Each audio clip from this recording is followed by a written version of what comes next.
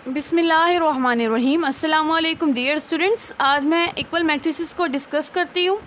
Late A and B be two matrices. Suppose कर लें, फ़र्ज़ करें ए और बी हमारे पास दो मैट्रिसेस हैं। Then A is said to be equal to B, तो फिर हम ए को कहेंगे कि वो बी के बराबर है। कब? And denoted by A is equal to B. और उनको डिनोट किस तरह करेंगे? ए इक्वल बी, जिस तरह के इक्वलिटी साइन हम लोग यूजुअली यूज़ करते हैं। इफ़ एंड ओनली इफ़, इसके लिए कुछ कंडीशंस हैं, यानी कि ए जो है वो बी के बराबर होगा, इक्वल होगा। कब होगा?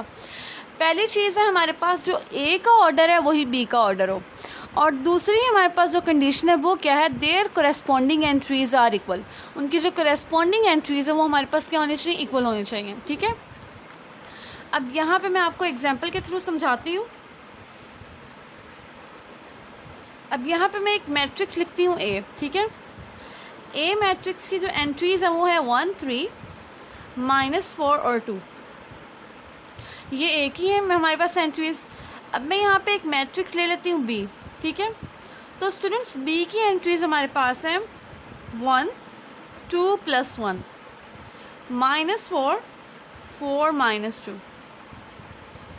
अब ये 2 डिफरेंट मैट्रिसेस हैं। आपको देखने में लग रहा होगा ये इक्वल नहीं हो सकते। ठीक है, तो सबसे पहले स्टूडेंट्स अगर आप लोग देखें ए की रोज़ 1 रो 2 रो, ए की 2 रोज़ हैं, ए के कॉलम 1 कॉलम एंड 2 कॉलम।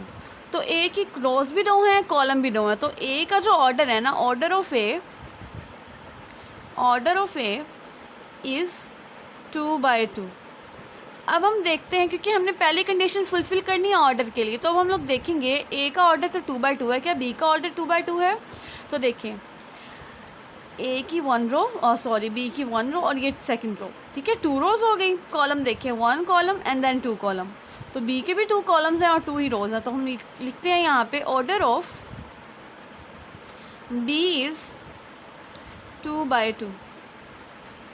मतलब कि स्टूडेंट्स इक्वल मैट्रिसेस की 2 कंडीशंस में से पहली कंडीशन सेटिस्फाई हो रही है, 2 कॉलम और 2 ही रोज़ हैं। ठीक है, अब हमने सेकंड कंडीशन सेटिस्फाई करवानी है। अगर ये सेकंड कंडीशन सेटिस्फाई हो जाती है तो ए और बी हम लोग कहेंगे क्या है? इक्वल मैट्रिसेस हैं। ठीक है, अब कोरेस्पॉन्डिंग एंट्रीज मीन्स ये फर्स्ट एंट्री है, ये फर्स्ट के इक्वल हो। ठीक है, तो ये दोनों इक्वल हैं। अब देखें ये 3 है और यहाँ पे 2 + 1 है, तो 2 + 1 भी तो 3 होता है, तो ये भी तो इक्वल हो गए। ठीक है, अब ये देखिए ये -4 है, यहाँ पे भी तो -4 है, यहाँ पे 2 है, बट यहाँ पे तो 4 - 2 है। और स्टूडेंट्स आपको पता है 4 - 2 क्या होता है? 2 के इक्वल होता है। मीन्स के ए और बी के जो कोरेस्पॉन्डिंग एंट्रीज़ हैं वो भी इक्वल हैं। ठीक है, ये हमारे पास फर्स्ट कंडीशन थी। अब सेकंड कंडीशन यहाँ पे सेटिस्फाई हो रही है, corresponding entries are equal. Corresponding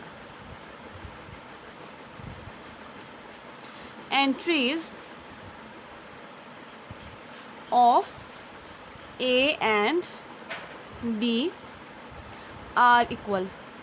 अब क्योंकि कोरेस्पॉन्डिंग एंट्रीज़ भी इक्वल हो गई और ऑर्डर भी इक्वल है, तो इसका मतलब है ए और बी हमारे पास क्या है? इक्वल मैट्रिसेस हैं। So this implies A and B are equal matrices. अब नेक्स्ट स्टूडेंट्स मैं एक्सरसाइज 1.1 का क्वेश्चन नंबर 2 स्टार्ट करती हूँ। Which of the following matrices are equal. आपको यहाँ पे डिफरेंट मैट्रिसेस गिवन है और आपने यहाँ पे बताना है कौन कौन से मैट्रिक्स क्या इक्वल हैं। ठीक है, तो अभी प्रीवियस मैंने आपको इक्वल मैट्रिसेस की डेफिनेशन बताई है, तो उसके अकॉर्डिंग स्टूडेंट्स हमारे पास जो 2 कंडीशंस हैं इनमें देखने के लिए कि मैट्रिसेस इक्वल हैं या नहीं। पहली कंडीशन तो हम लोग चेक करेंगे उनके जो ऑर्डर है वो सेम है, और सेकंड कंडीशन में हम लोग देखेंगे कि करस्पॉन्डिंग एंट्रीज़ क्या मैट्रिसेस की इक्वल हैं या नहीं। ठीक है, तो सबसे पहले हम लोग इन मैट्रिसेस का ऑर्डर लिख लेते हैं। तो ए का ऑर्डर देखें, इसमें 1 रो है और 1 ही कॉलम है। ठीक है, तो यहाँ पे मैं लिख देती हूँ 1/1। बी का ऑर्डर देखें स्टूडेंट्स, इसमें 1 रो है और 2 कॉलम्स हैं। ठीक है, तो इसका ऑर्डर क्या आ गया? 1/2। अब सेकंड हम लोग देखते हैं सी। तो सी के देखिए स्टूडेंट्स ये 5 - 2 है, 5 - 2 मीन्स 3। क्लियर, तो 3 इसमें 1 रो है और 1 ही कॉलम है, तो इसका ऑर्डर आ गया 1/1। अब से हमारे पास नेक्स्ट मैट्रिक्स है डी। तो डी में देखें स्टूडेंट्स 1 रो और 1 एंड देन 2 कॉलम्स, तो इसका ऑर्डर आ गया 1/2। अब नेक्स्ट हमारे पास मैट्रिक्स है ई, तो ई का ऑर्डर देखते हैं स्टूडेंट्स। देखिए 1 रो, सेकंड रो, 2 रोज़ आ गई। अब इसमें कॉलम देखेंगे तो 1 कॉलम एंड देन 2 कॉलम, तो कॉलम कितने आ गए 2, तो इसका ऑर्डर आ गया 2/2।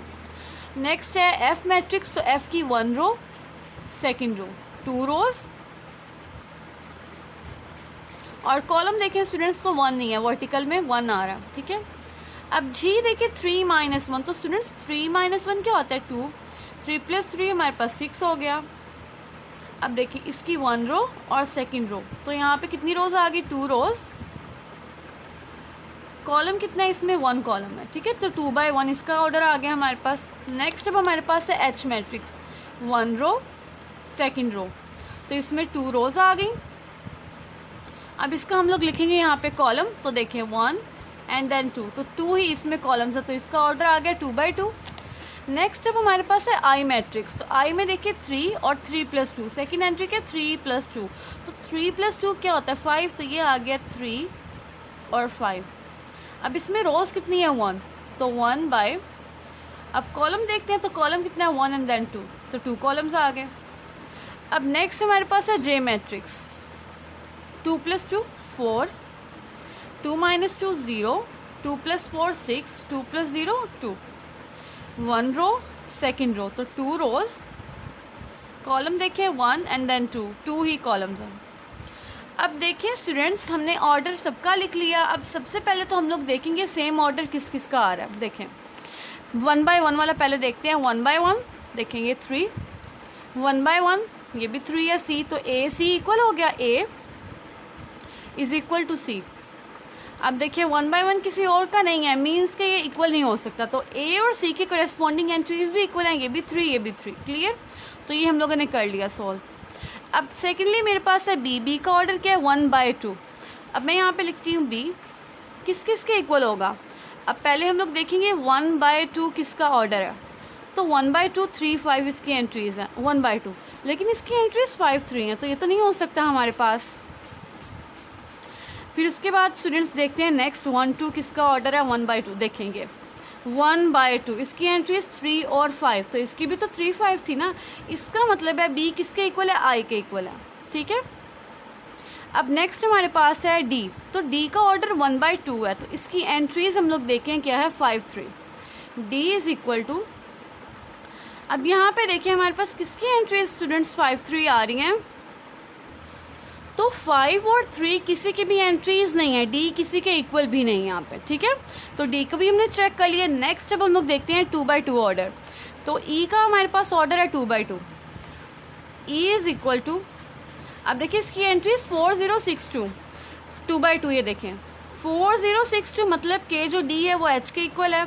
अब ये भी 4 0 6 2, इसका ऑर्डर भी 2/2 है, तो यहाँ पे हमारे पास क्या आ गया जे आ गया। तो ई एच और जे इनका ऑर्डर भी सेम है, इनकी करस्पॉन्डिंग एंट्रीज भी इक्वल हैं, ठीक है। अब नेक्स्ट स्टूडेंट्स हमारे पास रह गया 2/1 ऑर्डर, तो इसकी एंट्रीज है 2 6। अब यहाँ पे लिखते हैं एफ़ किसके इक्वल आ गया, ये देखिए 2/1, ये भी 2/1 और एंट्रीज भी 2 6 हैं, तो ऑर्डर भी सेम, करस्पॉन्डिंग एंट्रीज भी सेम, इसका मतलब एफ़ और जी क्या इक्वल है, ठीक है। तो यहाँ पे जो डी है हमारे पास ये किसी के भी इक्वल नहीं है, क्योंकि इसका ऑर्डर ज़रूर मिल रहा था, किसके साथ मिल रहा था यहाँ पे बी और आई के साथ, बट बी और आई की एंट्रीज़ क्या थी 3 5 थी, जबकि डी की एंट्री क्या थी 5 3, तो ये इक्वल नहीं थी, ठीक है। तो बस हम लोगों ने यही बताना था कि हमारे पास कौन कौन से मैट्रिसेस इक्वल हैं। तो ए इक्वल है सी, बी इक्वल है आई के, ई एच और जे तीनों इक्वल हैं, जबकि एफ़ क्या है जी के इक्वल है, ठीक है। क्वेश्चन नंबर 2 हमारा कंप्लीट हो गया। होप सो आपको क्लियर हो गया। अगर आपको मेरा टीचिंग मेथड पसंद आया हो तो वीडियो को कर दे लाइक, चैनल को कर दे subscribe, and please share it with your friends. Thanks for watching this video. अल्लाह हाफिज़।